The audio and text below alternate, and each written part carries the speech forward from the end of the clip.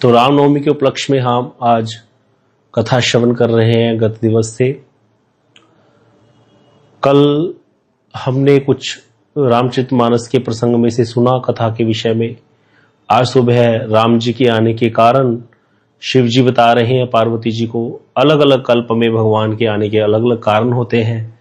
सब कारणों का वर्णन करते जा रहे हैं और कारण बताते बताते पहुंच गए कि एक बार नारद जी ने श्राप दिया था। वहां तक कथा चल रही थी। उस कथा को अगर आप चाहो तो संक्षेप में वर्णन कर देते हैं। वैसे तो आज हमने अभी संक्षेप में पूरी रामचरितमानस हम सुनेंगे, जो कि गोस्वामी जी ने लास्ट में बिल्कुल वर्णन किया है। कुछ ही दोहों में, श्लोकों में पूरी रामायण हो जाती है, सुनना हो जाता है। उसको हम सुनेंगे, थोड़ा सा हम सुन लेते हैं। तो वहां पर शंकर जी बताते हैं, पार्वती जी को कथा सुना रहे हैं कि जब नारद जी जो है उन्होंने ऐसे जाकर भगवान को बोला कि मैंने कामदेव वाला प्रसंग सारा बता दिया, तो कहते फिर वहां पर जो है नारद जी के मन में अंकुर आ गया गर्व का। और जब अंकुर आ गया गर्व का तो भगवान समझ गए। भगवान ने कहा कि भैया, जो नारद जी ने जब ऐसे सब बातें कही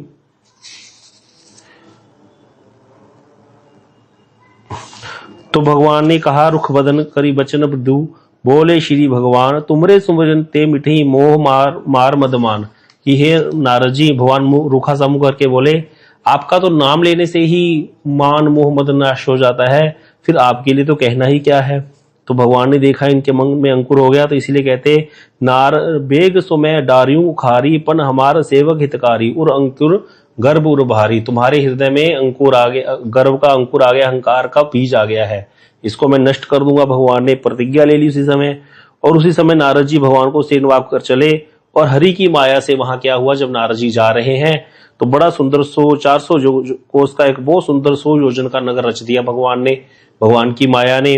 और वहां पर बहुत सुंदर जो है रचनाएं, कहते जो ठाकुर जी के वैकुंठ से भी अधिक सुंदर था, ऐसा नगर भगवान ने रचा दिया। नारद जी उस नगर को देखते फिरते हैं, देख रहे हैं जैसे कामदेव ही और रति ही शरीर धारण करके उस नगर के स्त्री पुरुष वास करते हैं। इतने सुंदर सुंदर सब गुणों की खान भगवान की माया ही थी वो तो। और नारद जी उसमें जो है शोभा को कैसे वर्णन करे, भगवान की माया है ही इतनी सुंदर। तो कहते वहां पर एक स्त्री थी, वो विश्वमोहिनी उसका नाम है, राजकुमारी है। राजा शीलनिधि वहां का राजा था, उसकी कन्या थी विश्वमोहिनी। उससे वो राजा अपनी कन्या के लिए वर ढूंढना चाहता था। उसने नारद जी को देख करके चरणों में डाल दिया अपनी लड़की को और उसका हाथ दिखाया। बोलिए इसके गुण दोष कहिए, आप तो ज्योतिषी हैं, बताइए इसका क्या वर लिखा है। नारद जी उसको रूप देख करके सब कुछ ही भूल गए और नारद जी बड़ी देर तक उसको देखते ही रह गए। सारे लक्षण देख करके नारद जी समझ गए कि इसके ये तो क्या है, इसके तो विष्णु ही पति हैं। लेकिन वहां पर नारद जी हृदय में तो हर्षित हुए, लेकिन प्रगट लक्षणों को कुछ नहीं कहा करके कुछ और ही बातें कहने लगे, जो इसको ब्याहेगा अमर हो जाएगा, रणभूमि में उसको कुछ जीत नहीं सकेगा। तो इस तरह से सारे लक्षणों को विचार करके नारद जी ने कुछ और ही बनाकर कह दिया। अब नारद जी नारद जी ने उसको कहा, तुम कन्या का स्वयंवर करो, अपने आप इसको योग्य वर मिलेगा। इधर नारद जी सोचते हैं, क्या जतन करूं जिससे जो है कन्या मुझको ही वरे। जप तप करने से तो कुछ नहीं होगा, बड़ा समय लगता है भैया जप तप करने में, फल मिलने में।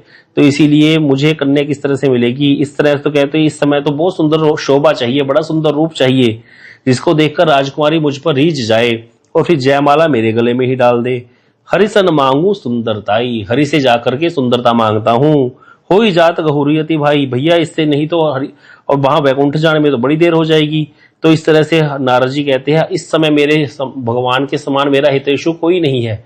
देखो यहाँ पर ये भक्त की महिमा आती है। भक्त क्या है, जबकि नारद जी के मन में क्या भावना आ गई, संसार को भोगने की भावना आ गई, माया को भोगने की। लेकिन उसके समय भी वो किसको याद कर रहे हैं, प्रभु को याद कर रहे हैं। ये भक्त का लक्षण है। तो प्रभु को याद कर रहे हैं, इसीलिए वहां पर कहते हैं नारद जी ने बहुत प्रकार से विनय की, वहीं खड़े खड़े भगवान को याद किया, भगवान वहीं प्रकट हो गए। नारद जी ने अपनी सारी व्यथा सुनाई कि मुझको आप ऐसी प्रार्थना करी, मुझको सुंदर रूप, अपना रूप दे दीजिए, आपन रूप दे प्रभु मोही, आप अपना रूप मुझको दे दो, भगवान तो बड़े सुंदर है। आन भांति नहीं पावोते ही, इसके बिना कन्या मुझको वर नहीं, मैं उसको वर नहीं पाऊंगा। इस तरह से भगवान ने से जब जाकर कहा नारद जी ने, तो यहाँ पर नारद जी की इसे एक गलत लाइन बोली गई। वो लाइन बड़ी इंपॉर्टेंट है, इसको याद कराते थे संत लोग, गुरुदेव भी बोलते थे, छुपाई बहुत ज्यादा। जय विधि होई नाथ हित मोरा, करूँ सो बेग दास में तोरा, जिस प्रकार से मेरा हित हो आप वही शीघ्र शीघ्र कीजिए, जल्दी जल्दी मेरा हित कर दीजिए। नारद जी ने ये बात बोल दी। यहां पर जब यह बोला तो भगवान हंसने लगे, बोले जही विधि होई परमहित, हित नारद सुनू तुम्हार, सोई हम करब न आन कछु बचन अमृषा हमार। जिस प्रकार से तुम्हारा परम हित होगा हम वही कार्य करेंगे। अब भगवान नारद जी ने तो कहा मेरा हित जिसमें वही कार्य करना, भगवान कहते हित क्या, तुम्हारा परम हित कर देंगे। तो इसीलिए भगवान बोल रहे हैं, देखो कितनी साफ साफ भगवान ने बात बोल दी। कहते कुपथ माग रज व्याकुल रोगी, अगर कोई व्यक्ति रोगी हो, शराब पी पी करके लीवर खराब हो गया हो और जाकर के डॉक्टर से कहे कि आप मुझको रिकमेंड कर दो शराब, तो क्या डॉक्टर उसको शराब रिकमेंड करेगा? नहीं करेगा ना।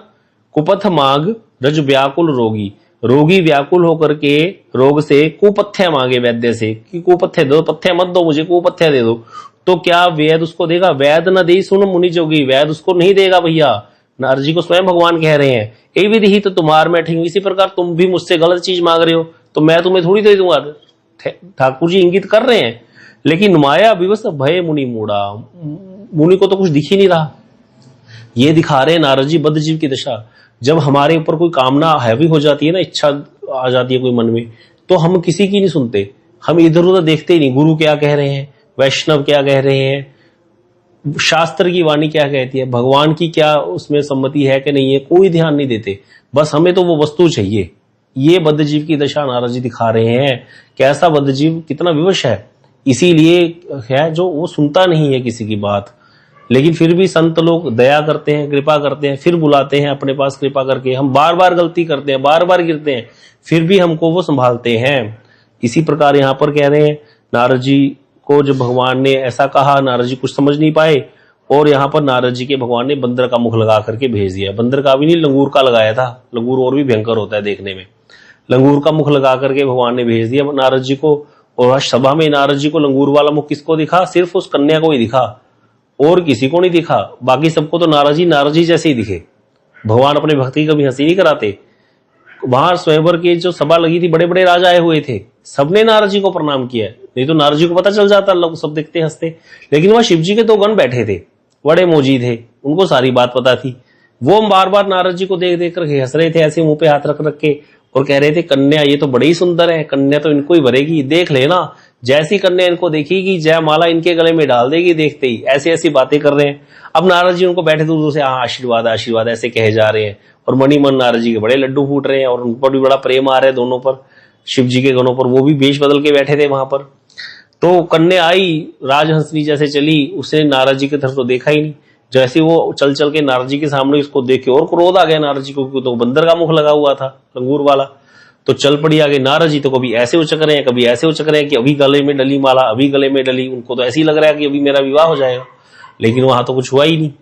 और क्या हुआ, उसने जाकर के वहां विष्णु भगवान भी बैठे थे, राजा का वेश धारण करके जाके विष्णु के गले में माला डाल दी। विष्णु की माया भगवान माया को ले गए अपनी।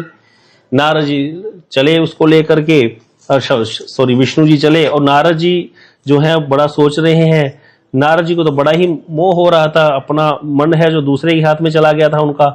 अब यहाँ पर जब हुआ तो नारद जी को वो जो दोनों थे ना, नारद जी को बोले कि आप जाकर पहले अपना जल में मुंह तो देख लो। जब नारद जी ने जाकर के मुंह देखा अपना जल में, तो उन्होंने देखा कि मेरा तो बंदर का मुख लगा हुआ। बड़ा क्रोध आया नारद जी को। फिर दोबारा जल में देखा तो उनको वही असली रूप प्राप्त हो गया। अब उनके होंठ फटक रहे हैं और मन में बड़ा क्रोध है। इधर वो शिव जी के जो दो गण थे वो तो भागे। जब भागे तो वहां पर नारद जी ने उनको श्राप दे दिया, तुम दोनों हंसी करते हो किसी मुनि की, जाओ दोनों जो है तुम असुर बन जाओ, आगे फिर किसी की ऐसे हंसी करना, ऐसा बोल दिया। उन्होंने नारद जी ने उनको श्राप दे दिया। यही दोनों रावण और कुंभकर्ण बन के पैदा हुए। इधर नारद जी चले हैं, मन में सोचते हुए जा रहे हैं ठाकुर जी के घर की तरफ, वैकुंठ की तरफ सोचते हैं। देहु श्राप की मरिहू जाई, जगत मोरी उपहास कराई। जाकर जा तो श्राप दे दूंगा या मर जाऊंगा, मेरी जगत में उपहास करा दी, मेरी हंसी करा दी। और ठाकुर जी तो बीच रास्ते में मिल गए। साथ में लक्ष्मी जी भी थी और राजकुमारी भी वही साथ में खड़ी थी, और देख के चिढ़ गए नारद जी उनको। तो वहां पर नारद जी को तो ठाकुर जी तो वही हमेशा मीठे मीठे ही बोलते हैं। ठाकुर जी बड़ी मीठी मीठी वाणी से बोले, अरे हे मुनि व्याकुल की तरह कहाँ चले हो। नारद जी को तो सुनते ही बड़ा क्रोध आया, और माया के वशीभूत होने के कारण कुछ भी उनको ज्ञान नहीं रहा, क्या बोल रहा हूं क्या नहीं बोल रहा। बोल रहे हैं, बहुत सुंदर सुनाई है ठाकुर जी को नारद जी ने उस समय। कहते पर संपदा सकू नहीं देखी, तुम दूसरे की संपत्ति नहीं देख सकते। तुम्हारे ईर्ष्या कपट विशेष, तुम्हारे हृदय में कपट और ईर्ष्या भरी हुई है। मतत सिंधु रौद्र विराहु, अरे जब समुद्र मंथन हुआ तुमने शिव जी को बोला पागल बना दिया, और शिव जी को पागल बना करके तुमने उसको विष पिला दिया, अमृत जो है देवताओं को पिला दिया मोहिनी रूप धारण करके। तुम हमेशा ही कपट करते हो। और वहां समुद्र से निकली लक्ष्मी, उसको तुमने स्वयं विवाह कर लिया। शिव जी को बेचारे को वहां पे तुमने जहर पिला दिया। ऐसे सुर्ण प्रेरी विष पान करायु, असुर सुरा विष शंकर ही आ परमा मणि चारु। कहते असुरों को तो मदिरा पिला दी और शंकर जी को विष पिला दिया। और आप तुमने क्या किया, रमा से विवाह कर लिया उससे, लक्ष्मी से। स्वार्थ साधक कुटिल तुम सदा कपट व्यवहार, तुम स्वार्थी हो एक नंबर के, और तुम्हारा हर समय व्यवहार कुटिलता का होता है। परम स्वतंत्र ना सिर पर कोई। देखो नारद जी बात तो सही कह रहे, भगवान तो परम स्वतंत्र है, ईश्वर परम कृष्ण सच्चिदानंद विग्रह, अनादिर आदिर गोविंद सर्व कारण कारण। भगवान तो सब कारणों के कारण है, भगवान का कोई कारण नहीं है। तो जब भगवान का कोई कारण ही नहीं है तो वो स्वतंत्र है, वो कुछ भी करे। तो इसलिए कहते हैं परम स्वतंत्र न सिर पर कोई, तुम परम स्वतंत्र हो, तुम्हें कोई ठीक करने वाला नहीं है, तुम्हारे सिर पर कोई नहीं है। भावी मनी करूं तुम सोई, जो तुम्हारे मन को भाता है वही करते हो। भले ही मंद मंदी भले करी हो, अच्छे को बुरा बना देते हो, बुरे को अच्छा बना देते हो। विस्मय हर्ष नहीं है कुछ दरू, हर्ष विषा तुमको कुछ होता ही नहीं है।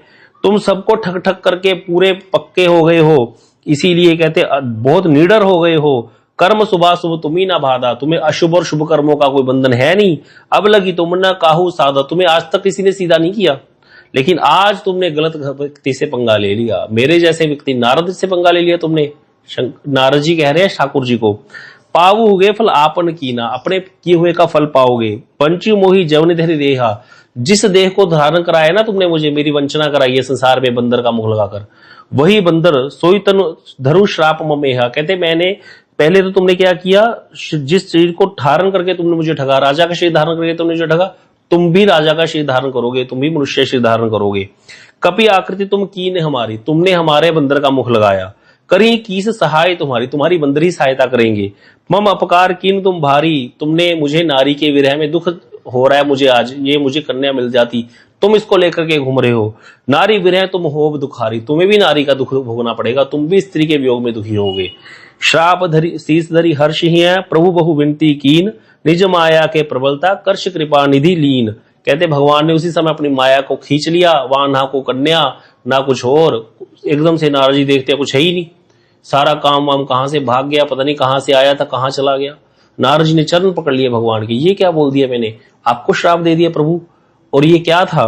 तो जब हरि माया दूरी निवारी, जब भगवान ने माया खींच ली, नहीं था रमा ना राजकुमारी, ना वहां लक्ष्मी जी थी ना वो माया थी, राजकुमारी थी।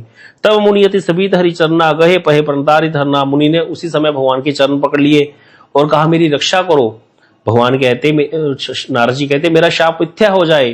ठाकुर जी कहते मेरी इच्छा थी, मैंने अपनी इच्छा से लिया है, चिंता मत करो। लेकिन कहते मैंने तो आपको उल्टा पुल्टा बोला, खोटे वचन बोले, मेरे पाप कैसे मिटेंगे।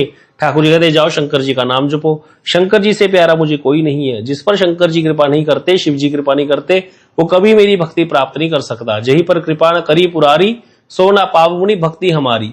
तो इस तरह से नारद जी को प्रबोध दिया करके शिव जी ठाकुर जी अंतर ध्यान हो गए। इस तरह जो है शिव जी के गण उस समय नारद जी के चरणों में आकर बोलते हैं कि हाँ नारद जी हम तो शिव जी के गण हैं, हमने आपका अपराध किया। नारद जी कहते कोई बात नहीं, तुम जाओ धरती पर, तुम्हारे लिए भगवान अवतार लेंगे, तुम बहुत प्रतापी होगे, तुम्हारा बड़ा प्रभाव होगा, सारे देवता तुम्हारे अंडर होंगे। रावण के अंडर थे देवता। हनुमान जी जब गए हैं लंका में तो देखा शनि काल सारा कुछ रावण के चरणों में बैठा है, सबको बंदी बना रखा था रावण ने।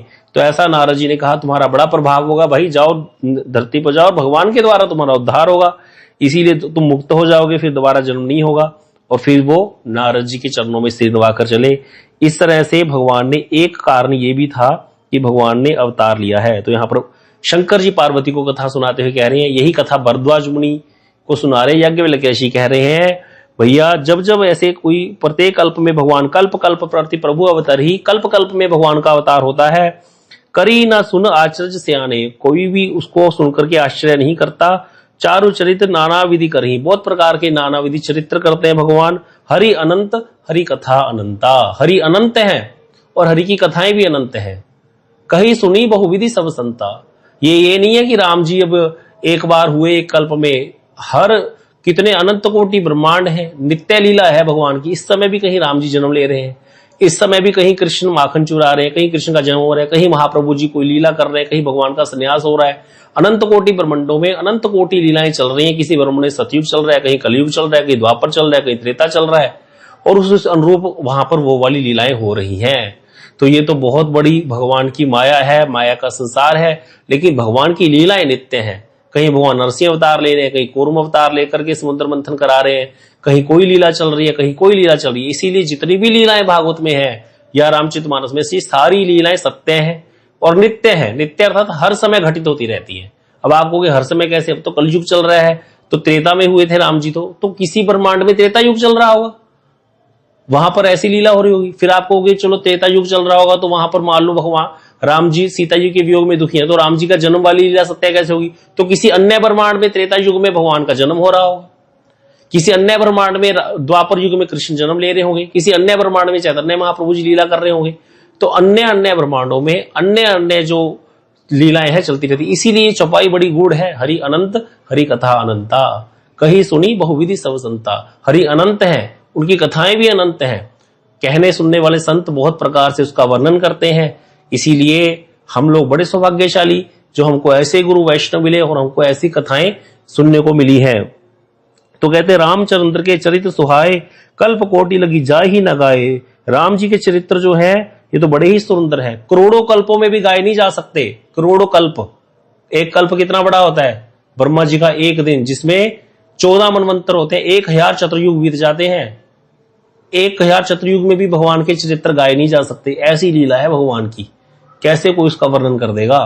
आगे कहते हैं यह प्रसंग में कहा भवानी, हरि माया मोही मुनि ज्ञानी। हरि की माया तो बड़े बड़े ज्ञानियों को भी मोहित कर देती है। यह प्रसंग पार्वती मैंने तुमको सुनाया। अब आगे फिर और कुछ कथाएं सुनाते हैं कि कहते एक अवतार की कथा है कि एक राजा हुए प्रताप भानु, और नहीं पहले उससे पहले स्वयंभू मनु की कथा सुनाते हैं कि स्वयंभू मनु और उनकी पत्नी शत्रुपा, जब ब्रह्मा जी ने सृष्टि करी तो स्वयंभू मनु सबसे पहले स्त्री पुरुष का जोड़ा उत्पन्न किया था ब्रह्मा जी ने सृष्टि करते समय, स्वयंभू मनु और शत्रुपा का। उससे ही मनुष्यों की सृष्टि हुई है, इसीलिए हमें मानव कहते हैं। मनु की संतान है इसलिए मानव कहलाते हैं। तो उन्होंने सृष्टि करी, पति पत्नी ने धर्म के अनुकूल सारा अच्छे से व्यवस्था की। वेद जिनकी मर्यादा का गान करते हैं। राजा उत्तानपाद और प्रियवत उनके 2 पुत्र थे, 3 उनकी पुत्रियां थी। कौन कौन सी, कोई बता सकता है? उत्तानपाद राजा के स्वयंभू मनु के 3 पुत्रियां कौन सी थी? यह भी पता होना चाहिए। स्वयंभू मनु के, ये हमारे वंशज, हम इनके ही वंश में हैं। स्वयंभू मनु की संतान है सारे मनुष्य। तो कहां मनु के कितने पुत्र और कितनी पुत्रियां थी, किसी को पता है? ब्रह्मा जी की सबसे पहली सृष्टि है। 2 पुत्र थे, 3 पुत्रियां थी। 3 पुत्रियां कौन सी थी? बिल्कुल ठीक, बिल्कुल ठीक। आगूति, प्रसूति और देवहूति 3 पुत्रियां, और 2 पुत्र उत्तानपाद और प्रियव्रत। उत्तानपाद जी के पुत्र हुए ध्रुव जी महाराज, ठीक है ना। ऐसे करके ये जो है कथा चलती है। तो कहते देवहूति का विवाह करदम जी से हुआ था, और जो कपिल देव जिनके पुत्र रूप में भगवान आए थे, जिन्होंने सांख्य शास्त्र दिया। ऐसे कहते मनु जी को संसार में रहते हुए बुढ़ापा आ गया, लेकिन वैराग्य नहीं हुआ विषयों से, और इसीलिए वो सोचते हैं कि हरि की भक्ति में तो जन्म व्यर्थ ही चला गया। तब मनु ने अपने पुत्र प्रियव्रत जी को, उत्तानपाद जी को राज्य दे दिया। प्रियव्रत जी तो पहले ही जंगल में चले गए थे तपस्या करने।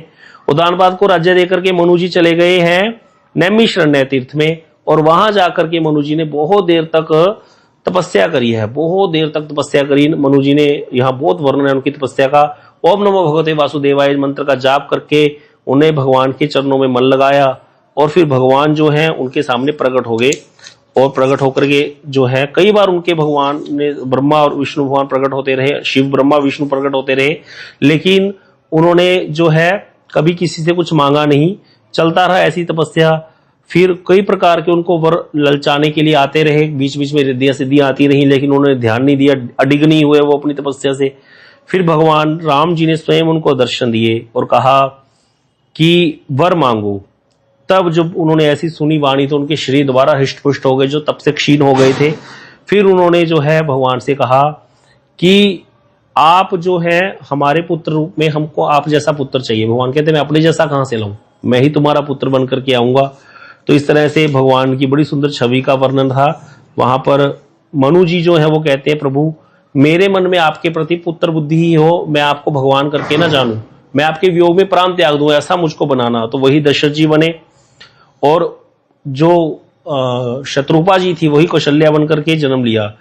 तो फिर महाराज भगवान ने उनसे पूछा मनु जी को, आपकी क्या इच्छा है? उन्होंने कहा था बस मैं आपके समान पुत्र चाहता हूं और मेरी आपके प्रति वही वाली बुद्धि हो। जब शत्रुपा से पूछा तुम क्या चाहती हो, तो उसने बहुत सुंदर वर मांगा। उसने कहा जो मेरे पति ने मांगा वो तो है ही, साथ में मुझे एक और चीज चाहिए, अगर आप दे सको तो। ये बहुत बड़ा वर है, इसको समझना चाहिए। क्या वर मांगा? शत्रुपा ने कहा जे निज भक्त नाथ तब अहि, जो सुख पावई जो गति लही। जो आपके अपने भक्त हैं, जो आपके भक्त हो कहलाते हैं, जो वैष्णव कहलाते हैं, जो सुख पावही जो गति लही, जो वो सुख प्राप्त करते हैं, जो जिस गति को प्राप्त करते हैं, सोई गति सोई सुख सोई गति सोई भक्ति, सोई निज चरण स्नेह, सोई विवेक सोई रहनी। प्रभु हम ही कृपा कर दे। बोले वही रहनी, वही विवेक, वही गति, वही सुख, वही भक्ति, अपने चरणों का प्रेम मुझको वो दो जो आपके भक्तों को होता है।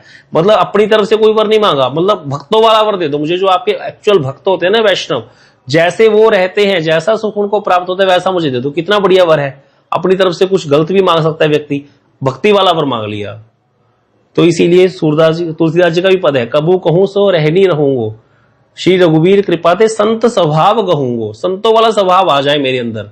अब संतों का स्वभाव कैसा होता है आप जानो, आप दो अपने भक्तों वाला स्वभाव मुझे। तो ये वाली बात मांग ली यहां पर। नहीं तो हम लोग तो ऐसे हैं, कोई 10 रुपए की हमारी हेल्प कर देना, हम तो उसी के दास बन जाए। हम इतनी जल्दी दूसरे के प्रति अपनी आशा लगा लेते हैं, दूसरे को माई बाप बना लेते हैं।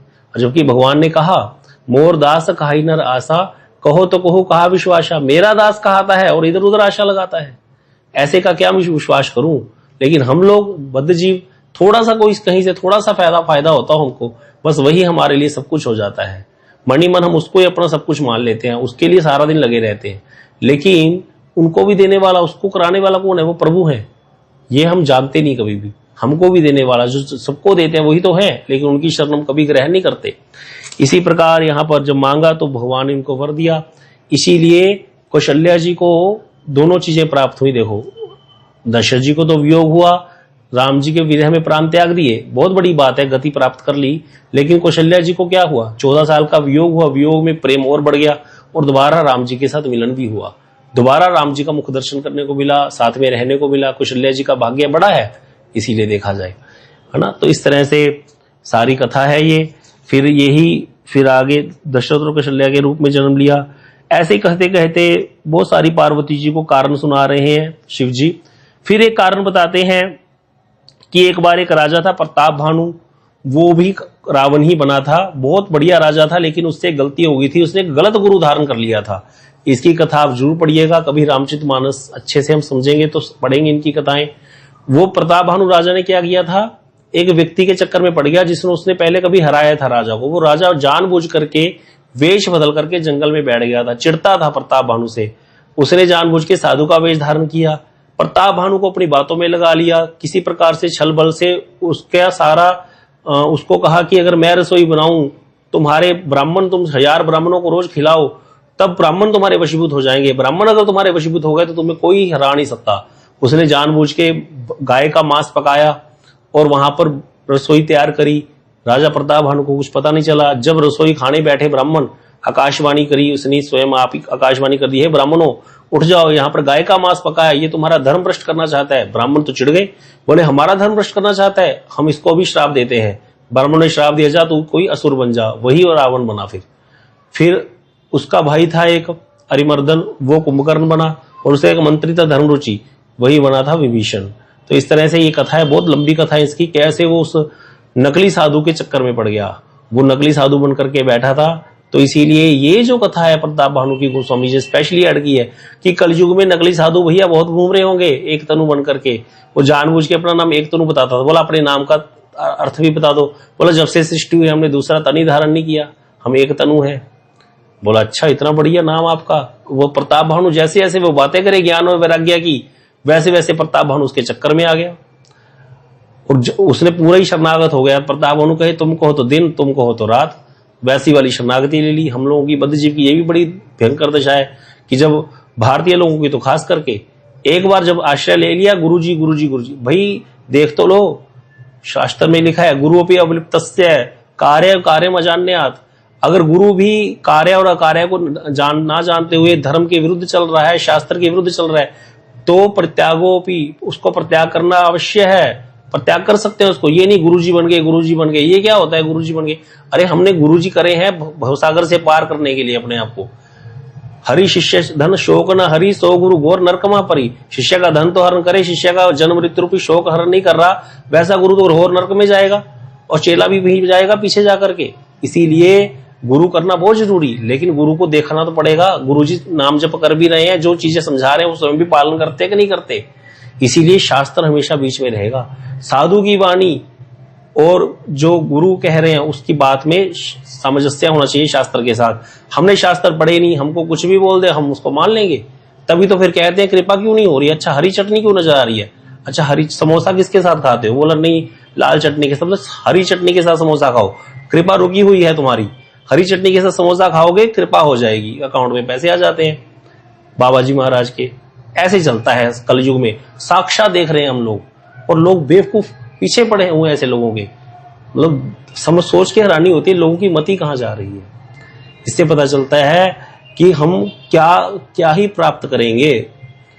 तो ये कथा है, बड़ी सुंदर कथा है रामचरितमानस की। कभी समय मिला तो हम ये कथाएं करेंगे, ये रामचरितमानस की भी कभी कथा करेंगे। 1 महीना का सत्र रखेंगे, 1.5 घंटे का रोज अगर कथा होगी तो बहुत सुंदर कथा होगी। यहाँ रामचरितमानस की पूरा कथा श्रवण करेंगे, अच्छे से एक एक शब्द को समझेंगे। जैसे हम बाकी गीता जी पढ़ रहे हैं वैसे ही रामचरितमानस पढ़ेंगे यहीं पर ऑनलाइन, ताकि हमको ये समझ आए कि कितना सुंदर गोस्वामी जी ने गागर में सागर भर के दे दिया है।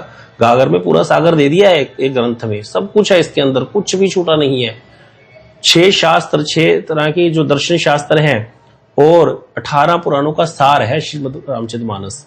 सब कुछ है इसके अंदर, सब कुछ, अगर कोई ध्यान देके पढ़े इसको समझे तो। इसीलिए अभी हम जो संक्षेप में रामचरितमानस की कथा है वर्णन की है उसको सुन लेते हैं। 5 मिनट में श्रवण हो जाएगी, 5-7 मिनट में उसको पढ़ लेते हैं। हाँ थोड़ा सा ही है।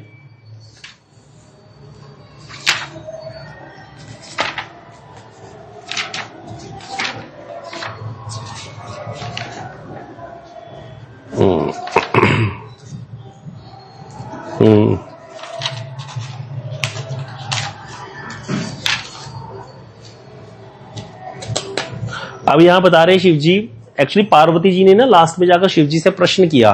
बहुत सुंदर कथा है ये, अच्छे से पढ़ सुनने वाली है। पार्वती जी कहती हैं कि मुझे एक चीज समझ नहीं आई, आपने मुझे सारी कथा सुनाई, मुझे ये समझ नहीं आया कि आप कह रहे हो कि ये कथा कागभूषणी जी ने सुनाई है गरुड़ जी को। अब यहां पर कहती है कि प्रभु ये कहू कृपाल काग कहां पावा। ये कौए को इतना ज्ञान कैसे हो गया? कौआ तो मांस भक्षी होता है ना, और गरुड़ जी भगवान के वाहन है ना। तुम के ही भांति सुना मद नारी, कहू मोही अति कौतुक भारी। हे कामदेव के शत्रु, आप मुझे बताइए कि आपने इसे किस प्रकार से सुना, इस रामचरितमानस को जिसको आपने मुझे व्याख्या किया, आपने कहां से सुना? मुझे बड़ा कौतूहल हो रहा है। गरुड़ महाज्ञानी गुण राशि, गरुड़ जी तो बड़े ज्ञानी है, गुणों की राशि है। जब चलते हैं सामवेद की ध्वनियां निकलती हैं। ऐसे गरुड़ जी महाराज हरि सेवक अति निकट निवासी, हरि के हर समय निकट रहने वाले, उनकी सेवा करने वाले गरुड़ जी महाराज। तेही के ही हेतु काग सन जाई, उनको कौए के पास जाना क्यों पड़ गया कथा सुनने? वो तो स्वयं कथा सुनाएंगे, जो भगवान के निकट रहता वही सुनाएगा ना भगवान की कथा। सुनी कथा मुनि निकर बिहाई, उन्होंने सारे मुनियों को छोड़ करके कौए से जाकर कथा क्यों सुनी? कहू कवन विधि भा संवादा, दो हरिभक्त काग और गादा। ये दोनों हरिभक्तों का संवाद कैसे हुआ? कागभूषणी गरुड़ जी के पास, गरुड़ जी जो है कागभूषणी जी के पास क्यों गए? तो वहां पर शिव जी बड़े ही सुखी हुए पार्वती जी की वाणी सुनकर के। धन्य सती पावन मति तोरी, हे सती तुम धन्य हो, तुम्हारी जो मति है बड़ी ही पवित्र है। रघुपति चरण प्रीति नहीं तोरी, तुम्हारा ठाकुर जी के चरणों में प्रेम नहीं है। तुम बीच बीच में से कथाएं निकालती जा रही हो, छोटी सी बात आती है उसी को पकड़ करके फिर उसमें से कथा पूछ लेती है पार्वती जी। तो कह रहे सुनी परम पुनीत इतिहासा, जो सुनी सकल लोक ब्रह्मनाशा। अब वह परम इतिहास सुनो जिसको सुनकर के सारे संसार के भ्रम का नाश हो जाता है। बोले क्या? उपजी रामचरण विश्वासा, राम जी के चरणों में विश्वास हो जाएगा। और बिना परिश्रम के ही भवसागर पार हो जाएगा। ऐसा कहता, यही सारे प्रश्न काव्यशंडी जी से गरुड़ जी ने किए थे। गरुड़ जी ने भी काव्यशंडी जी को यही पूछा था कि भाई मैं तो इस चीज से हैरान हूं कि तुमको इतना ज्ञान कैसे है कि मैं तो हरि का वाहन हूं, लेकिन तुम ऐसी कथा करते हो, तुम्हें महाप्रलय में भी नाश नहीं होता, मैंने सुना है, और तुम्हारा ज्ञान भी अखंड है, तुम्हारा ज्ञान नाश नहीं होता। अभी हमको कितना ज्ञान हो रहा है, बैठे हैं, अब थोड़ी देर बाद देखना जब बंद हो जाएगा सारा ज्ञान कहीं और ही चला जाएगा। थोड़ा सा किसी ने कुछ कह दिया उसी समय रिएक्ट कर देंगे हम लोग, तो हमारा ज्ञान ऐसा ही होता है। लेकिन तुम्हारा ज्ञान कहते बड़ा अखंड है। जो काव्यशंडी जी को कहते हैं जो गरुड़ जी, तो कहते फिर वो सारी कथा सुनाई। कहते यहां पर कहते क्या हुआ था, शंकर जी कह रहे हैं कि पहले तो मैं बताता हूं कि क्या पहले शंकर जी कह रहे हैं कि मैंने जैसे ये कथा सुनी, पहले वो प्रसंग सुनो। शंकर जी कह रहे हैं, तो कहते मैंने कब सुनी थी, जब तुम्हारा त्याग हो गया था मेरे द्वारा, और फिर जब तुमने दक्ष के यज्ञ में जाकर छलांग लगा दी थी, तो मैं तो कहते ऐसे ही घूमता रहता था, जगह जगह कथा सुनता रहता था। तब कहते जाकर के मैंने कहते फिर क्या किया था, गरुड़ जी से जाकर के यह गरुड़ जी से काव्यशंडी जी के आश्रम में जाकर के यह सारी कथा वहां पर सुनी थी। अब आगे कहते फिर क्या हुआ, अब गरुड़ जी ने कैसे सुनी ये कथा, कहते गरुड़ जी को हो गया था मोह। गरुड़ जी को भगवान ने नागपाश से बांध लिया था, भगवान को नागपाश ने बांध लिया था ना। किसने चलाया था तीर, याद है किसी को? मेघनाथ ने एक शक्ति चलाई थी जिससे भगवान को सर्पों ने बांध लिया था, नागपाश ने। तो वहां पर नारद जी ने भेजा था किसको, गरुड़ जी को, नागपाश को काटने के लिए। जब गरुड़ जी भगवान का नागपाश काट के गए थे राम जी का, तो मन में सोचते जा रहे हैं जिनका नाम लेने से भवबंधन कट जाते हैं उनको क्या नागपाश बांध सकता है? मैंने तो सुना था भगवान ने अवतार लिया है, यहां तो कुछ और ही दिख रहा है। तो वहां पर गरुड़ जी जो है वो किसी और से तो बात करी नहीं, गरुड़ जी सीधा ब्रह्मा जी के पास चले गए और जाकर के ब्रह्मा जी को बारीकारी सुनाई। ब्रह्मा जी विचार करने लगे, भैया भगवान सारे भगवान की माया के वश में, अब जितने बड़े बड़े ज्ञानी हैं, मुनि हैं, अब भगवान की माया का प्रभाव भी असीम है, उसने मुझे भी कई बार नचाया। ब्रह्मा जी से भी तो गलती हुई थी, बताओ कब हुई थी? ब्रह्मोह लीला में। हाँ, तो इसीलिए ब्रह्मा जी सोचने लगे गुरु घंटाल है, पता नहीं क्या कथा है बीच में, मुझे ऐसी पढ़ने की जरूरत क्या है, पता चले ठाकुर जी मेरे भी पीछे पड़ जाएं। इसलिए ब्रह्मा जी ने कहा देखो ऐसा है कि हम तुम जाओ शंकर जी के पास, बैठते हैं शंकर पर ही जाओ, तुम शंकर जी के पास जाओ, तात अनंत पूछी जन काहू, उनसे ही जाकर पूछो, हमें कुछ नहीं पता, और किससे मत पूछना रास्ते में कि वो बेचारा कोई और मारा जाए। तो कहते हो ही कहा हुई तब संशय हानि, चलो विहंग सुन सुरत विधिवानी। तो ब्रह्मा जी के वचन सुनकर के शंकर जी के पास चले गए। कहते तब वो गरुड़ जी मेरे पास आए, शंकर जी कह रहे पार्वती को, उस समय कहते मैं कुबेर के घर जा रहा था और तुम कैलाश पर थी। शंकर जी कहते अब गरुड़ जी ने मेरे चरणों में सिर नवाया और मेरे को सारी बात बता दी कि मेरे को ऐसे अज्ञान हो गया, मुझे बताओ कि राम कौन है। तो कहते मैंने कहा मिले गरुड़ मार्ग मोही, तुम मुझे मार्ग में मिले हो, तुम्हें कैसे समझाऊं। तब हो सब संशय भंगा, जब वही काल करी सत्संगा। ये इंपॉर्टेंट है चपाई, बाबा इसको बहुत जोर देते थे। कहते तुम्हारे सारे संशयों का तो तब नाश होगा जब तुम्हें बहुत दीर्घ काल तक सत्संग मिल जाए। किसको कह रहे हैं? गरुड़ जी को। शंकर जी कह रहे हैं गरुड़ जी को, जब तुम्हें बहुत देर तक सत्संग मिल जाए तब तुम्हारे संशयों का नाश होगा। हम जैसे जीवों को जो भोग करने आए यहाँ पर, गरुड़ जी क्या भोग करते हैं? वहां सारा दिन सेवा करते हैं भगवान की। हम जो भोग करने आए हैं संसार में, भोग की इच्छा लेकर के यहाँ आ गए, इनको कितना सत्संग चाहिए अविद्या का नाश करने के लिए अपनी? आधे घंटे के सत्संग में हम सुई देखने लग जाते हैं। 9:35 हो गए, अभी तक खत्म ही नहीं हुआ। अब आज किसी ने पता नहीं क्यों बोल दिया 9:45 तक कर लेना। हमारा तो ये हाल हो जाता है ना। और देखो वहां पर क्या कह रहे हैं शंकर जी गरुड़ जी को, कहते बहुत देर तक सत्संग हो तब जाकर के तुम्हारे संशयों का नाश होगा। इसीलिए कहते जाकर के तुम जाओ वहां पर, वहां प्रतिदिन कथा होती है, प्रतिदिन जो कथा होती है वहां जाकर कथा श्रवण करो। तो वहां पर कहते फिर वो कथा सुनी सारी। अब यहाँ पर वो कथा सुनाएंगे सारी, तो इसको हम श्रवण करते हैं संक्षेप में जल्दी जल्दी। कहते भूषंडी जी, काव्यशंडी जी कथा आरंभ करना चाहते थे, उस समय गरुड़ जी आ गए। तो गरुड़ जी को उन्होंने बहुत सम्मान दिया क्योंकि गरुड़ जी पक्षियों के राजा हैं। वहां और भी बहुत सारे पक्षी आए हुए थे कथा सुनने, तो सारे पक्षियों ने बड़ा सम्मान दिया। कहते गरुड़ जी ने फिर कथा कहा कि मुझे कथा सुनाइए, तो उन्होंने सारी कथा सुनाई। मन में उत्साह भर करके अनेक प्रकार की बाल लीलाएं कही, भगवान के अवतार के कारण वर्णन किए। फिर राम जी की बाल लीलाएं कही। उसके बाद मन में उत्साह भर करके अनेक प्रकार की बाल लीलाएं कहकर फिर ऋषि विश्वामित्र जी का अयोध्या आना। विश्वामित्र जी आए थे राम जी को लेने और रघुवीर जी का विवाह का वर्णन किया। विश्वामित्र जी ले गए थे, विवाह वहीं हो गया था, बाद में दशरथ जी को बुला लिया गया था। फिर राम जी का राज्याभिषेक का प्रसंग और फिर दशरथ जी का वचन से राज्याभिषेक में भंग पड़ना, कैकेयी का जो वर मांग लिए उसने। फिर नगर निवासियों का विरह विषाद और राम लक्ष्मण संवाद, राम और लक्ष्मण जी में बड़ा सुंदर संवाद हुआ है वहां पर। राम जी का वनगमन, केवट का प्रेम, केवट ने आकर पार लगवाया था। इन सारी कथाओं के पीछे बहुत लंबी लंबी कथाएं हैं, हम तो संक्षेप में सुन रहे हैं। गंगा जी से पार उतर करके प्रयाग में निवास किया भगवान ने, वाल्मीकि जी से मिलन हुआ राम जी का, और फिर भगवान चित्रकूट में जैसे बसे हैं, वाल्मीकि जी ने जैसे कहा था चित्रकूट में बसिए, वह सब कहा। फिर मंत्री सुमंत्र जी का नगर में लौट जाना, दशरथ जी का मरण, भरत जी का अयोध्या में आना और उनके प्रेम का वर्णन किया। फिर राजा की अंत्येष्टि क्रिया की भरत जी ने, और नगर निवासियों को साथ लेकर के भरत जी वहां गए जहां भगवान राम जी थे चित्रकूट में। वहां राम जी को बहुत प्रकार से समझाया भरत जी ने, लेकिन जब वो नहीं माने तो राम जी की खड़ाऊ लेकर के भरत जी वापिस आ गए। भरत जी की नंदीग्राम में रहने की रीति वर्णन की, बड़ा सुंदर ग्रंथ है अलग से भरत जी की रहने की नीति का। नंदीग्राम में कैसे गड्ढा खोद करके जमीन में रहते थे कि मेरे प्रभु जमीन में सोते हैं तो मैं उससे नीचे सोऊंगा। शिलोच्छन वृत्ति से जो गोबर होता है गाय का, उसमें से जौ बीन करके खाते थे। ऐसा कैसी वृत्ति थी उनकी रहने की, नंदीग्राम में रहने की वृत्ति रीति उनकी। इंद्रपुत्र जयंत की करनी, उसने भगवान के जो सीता जी की चोंच मार के भागा था। फिर राम जी चंद्र जी का और अत्रि ऋषि का मिलाप का वर्णन किया, जिस प्रकार से विराट का वध हुआ, शर्वंग जी ने शरीर त्याग किया। उसके बाद वह प्रसंग कहकर सुतीक्षण का वर्णन किया। ये चित्रकूट के पास ही आश्रम पड़ते, इस बार हम गए थे तो सुतीक्षण जी के आश्रम भी गए, शर्वंग जी के आश्रम भी गए थे। सुतीक्षण जी के प्रेम का वर्णन करके फिर अगस्त्य ऋषि का प्रसंग बताया। दंडक वन को पवित्र करके राम जी भूषणी, फिर काउशंडी जी ने गिरिधराज जटायु से मित्रता का वर्णन किया, और फिर जिस प्रकार से प्रभु ने पंचवटी में निवास किया और मुनियों के भय का नाश किया, वह सारी कथा सुनाई। फिर लक्ष्मण जी को अनुपम उपदेश दे रहे थे, इतने में शूर्पणखा आ गई, उसको कुरूप कर दिया, नाक काट दिया उसका, वैसा वर्णन किया। खरदूषण का वध हुआ, और उसके बाद रावण ने जब समाचार पाया तो उसने फिर मारीच को जैसे रावण ने जाकर समझाया, तुम कपट मृग बनो, सारी बात कही। फिर माया सीता का हरण और रघुवीर जी के विरह का वर्णन किया। फिर प्रभु जी ने जटायु की अंत्येष्टि क्रिया की, कबंध का वध करके शबरी को परम गति दी, और जिस प्रकार विरह विलाप कर वर्णन करते हुए श्री रघुवीर जी पंपा सर के तीर्थ पर गए हैं, वह सब कहा। प्रभु और नारद जी का संवाद, वहां नारद जी आए हैं, आकर के क्षमा याचना की है, बड़ा सुंदर प्रसंग है वो भी। फिर हनुमान जी का मिलना हुआ यहाँ पर राम जी से, हनुमान जी ने फिर सुग्रीव जी से मित्रता कराई भगवान की, और बाली के नाश का वर्णन किया। बाली को भगवान ने एक ही बाण में मार दिया। सुग्रीव का राज तिलक करके प्रभु प्रवर्षण पर्वत पर निवास करने लगे। वर्षा ऋतु का, शरद ऋतु का वर्णन, जैसे हमने वर्षा ऋतु और शरद ऋतु का वर्णन वहां सुना है ना श्रीमद भागवतम में अभी चल रहा है, ऐसा ही वर्षा ऋतु और शरद ऋतु का बहुत सुंदर वर्णन गोस्वामी जी ने भी किया है। इसलिए गुरुदेव कहते थे Ramayana is nothing, it's only Bhagavatam. बस वहां पर कृष्ण कथा है, यहाँ पर राम कथा है। एज इट इज सेम ग्रंथ लिखा है गोस्वामी जी ने।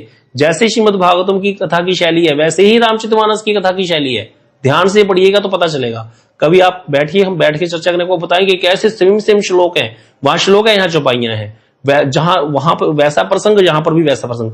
जैसे यहां पर लास्ट में आके पूरी रामचरितमानस संक्षेप में वर्णन की जा रही है ना, इसी प्रकार श्रीमद भागवतम में भी पूरी श्रीमद भागवतम संक्षेप में वर्णन है लास्ट में जाकर के। जिसने पढ़े हैं ग्रंथ अच्छे से उसको पता है ये बात।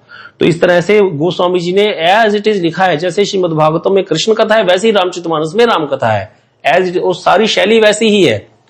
और यहां पर सारा वर्णन करके फिर सुग्रीव ने वानरों को भेजा सीता जी की खोज में, 10 दिशाओं में गए वानर, और जैसे उन्होंने फिर वहां वानरों को संपत्ति मिला, वह कथा कही। संपत्ति से सब कथा सुनकर के हनुमान जी समुद्र को लांग करके जैसे गए हैं, लंका में प्रवेश किया, सीता जी को धीरज बंधाया, सब कहा। अशोक वन को उजाड़ करके, रावण को समझा करके, लंकापुरी को जलाकर, समुद्र को लांग कर जब आए हैं हनुमान जी रघुनाथ जी के पास, सारा वर्णन किया, जानकी जी की कुशल सुनाई।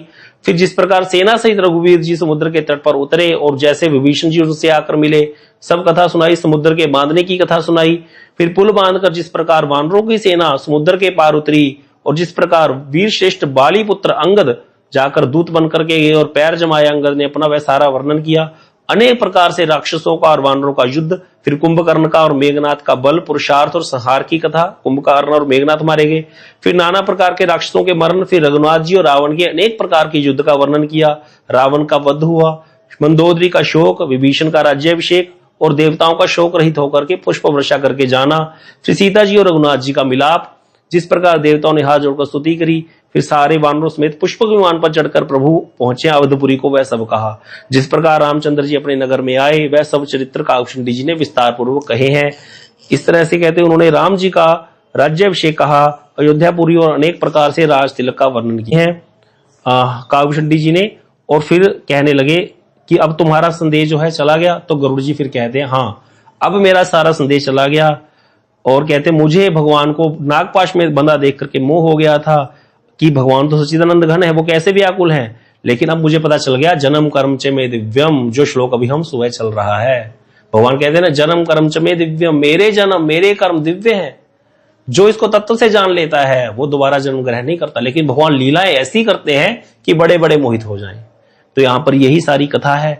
यहां पर बहुत सुंदर है ये प्रसंग, जो हम श्लोक पढ़ रहे हैं ना जन्म कर्म च में दिव्यम, ये सारा उसी की व्याख्या देखा जाए। भगवान के जन्म कर्म दिव्य है। अगर ये बात गरुड़ जी जानते होते तो क्या उनको मोह होता? वो भी मोहित हो गए। भगवान के जन्म और कर्म ऐसे है, भगवान ऐसे लीलाएं करते हैं, ऐसे कर्म करते हैं अलौकिक, जो साधारण लोगों की बात ऐसे कर्म करते हैं कि कोई भी मोहित हो जाए देख करके। तो इसीलिए कह रहे हैं कि बिल्कुल देख चरिताति नर अनुसारी भयो हृदय मम संशय भारी। बिल्कुल अतिशय मनुष्य को चरित्र देख करके मेरे हृदय में भारी संदेह हो गया था। सोई ब्रह्म अब हित करी मैं माना, अब वो भ्रम मेरे लिए हितकारी हो गया, क्योंकि मैं तभी तो आपके पास आया। ऐसी कथा सुनी काव्यशंडी जी को कह रहे हैं गरुड़ जी, तीन अनुग्रह कृपा निधान, मुझ पर ठाकुर जी ने अनुग्रह ही किया है। जो अति आतप व्याकुल होई तरु छाया सुख जान को, जो बहुत ज्यादा धूप से व्याकुल हो जाए, वृक्ष की छाया का कैसा सुख होता है वही जानता है।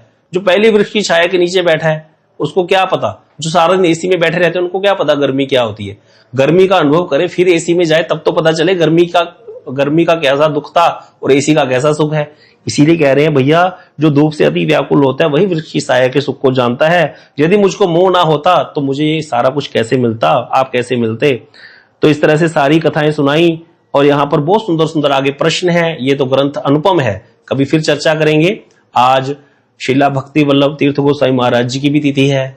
ऐसे आचार्य भूतो न भविष्यति, हमारे गुरुदेव के साथ ही इन्होंने प्रचार वैसा ही था इनका। हमारे गुरुदेव एक शाखा थे, तो चैतन्य गौड़ी मठ के शिला भक्ति तीर्थ माधव गोसाई महाराज जी के शिष्य शिला भक्ति वल्लभ तीर्थ गोसाई महाराज जी एक अलग उनके जैसे ही वैसे ही प्रचार कर रहे थे महाराज जी। इतना इनका वैशिष्ट है, हर समय मुस्कुराता चेहरा। देखिए एक चीज समझने वाली है कि कहते हैं ना, एक व्यक्ति ने बोला था कि अगर सारा जीवन तुम्हारे मुख से ये स्माइल लाना जाए तो बहुत बड़ी बात है। ये स्माइल जो है ये हमेशा होनी चाहिए। तो महाराज जी को किसी ने भी देखा होगा, कोई नहीं बता सकता कभी महाराज जी को किसी ने दुखी देखा होगा। महाराज जी हमेशा ऐसे ही बैठे रहते थे, हमेशा हंसते ही देखा होगा। और जो भी उनके पास आया एक बार, वो कैसे भी आया, चाहे किसी कारण और कोई काम से आया या कैसे भी आया, वो उनका ही हो गया, दोबारा वो कहीं और नहीं जा सका। फिर ऐसे थे महाराज जी। तो इतना प्रचार इन्होंने किया है। चैतन्य गौड़ी मठ जो है, जैसे हमारे इधर गौड़ी मठ है, ऐसी चैतन्य गौड़ी मठ एक शाखा थी प्रभुपाद जी के बाद। तो भक्ति माधव गोस्वामी महाराज जी इसके प्रतिष्ठाता थे। चैतन्य गौड़ी मठ के मठ में नियम था कि एक ही आचार्य रहेगा। तो जब भक्ति माधव गोसाई महाराज जी चिंता में थे कि किसको आचार्य बने, तो उन्होंने इनको चुना, भक्ति वल्लभ तीर्थ गोसाई महाराज जी को चुना इस आचार्य पद के लिए, और उनको ही आचार्य बनाकर गए। विल में लिख करके गए कि मेरे बाद यही आचार्य होंगे। और फिर उस समय मेरे को यहाँ पर हमारे एक प्रभु जी रहते थे, 90 ईयर्स एज हो गई थी उनकी, हमारे नीचे रहते थे। तो उन्होंने कहा था, वो उनका नाम था नवीन प्रभु जी, तो वो भी भक्ति माधव गोसाई महाराज जी के शिष्य थे। उन्होंने कहा था कि गुरुदेव ने तब बोला था, परम गुरुदेव ने भक्ति माधव गोसाई महाराज जी ने, अगर ये आचार्य पद स्वीकार नहीं करते किसी कारण से, तब शिला भक्ति विज्ञान भारती गोसाई महाराज जी को आचार्य बनाना। ऐसा वो पहले ही बोल गए थे। बोले 700 लोग उस समय वहां खड़े थे जब अस्वस्थ लीला कर रहे थे, और उन्होंने साक्षात ये शब्द बोले थे उस समय। लेकिन फिर भक्ति वल्लभ तीर्थ महाराज जी का कैसा दैन्य था, जब ये बात उन्होंने सुनी कि मुझको गुरुदेव गद्दी दे गए, तो उन्होंने एकदम से मठ त्याग दिया था और चले गए थे सीधा गोवर्धन। वहां आकर चले गए थे। महाराज जी तो कलकत्ता में थे, भक्ति माधव गोसाई महाराज जी जब अस्वस्थ लीला में थे। तो वहां से वो चले आए भाग करके, मैं नहीं बनूंगा आचार्य बोल करके आ गए थे यहाँ पर। फिर नवीन प्रभु बताते थे कि मैं आया, आकर के उनको समझाया कि ऐसे मत करो, आपको दी है गद्दी, गुरु की आज्ञा पालन करना ही सबसे बड़ा कार्य होता है। आप इसको एक बहुत बड़ा दायित्व समझ करके इसको ग्रहण करो। और उन्होंने किया इसको दायित्व ग्रहण समझ के। और इसीलिए नवीन प्रभु को बड़ा ही प्रेम करते थे। बोलते थे कि भक्ति वल्लभ तीर्थ गोसाई महाराज जी अपने सब शिष्यों को बोलते थे, कभी भी कुछ भी हो जाए, नवीन प्रभु को कभी मठ से बाहर मत कर देना गलती से भी, हमेशा इनकी सेवा करना। इसीलिए नवीन प्रभु जी लास्ट तक ये चैतन्य गौड़ी मठ की एक शाखा हमारे घर के पास ही है, विनोदवाणी गौड़ी मठ, वहीं पर रहे। उनका भी जाना अद्भुत ही था। हम तो सारा दिन उनको दर्शन करते थे, मेरे घर भी आ जाते थे कभी कभी।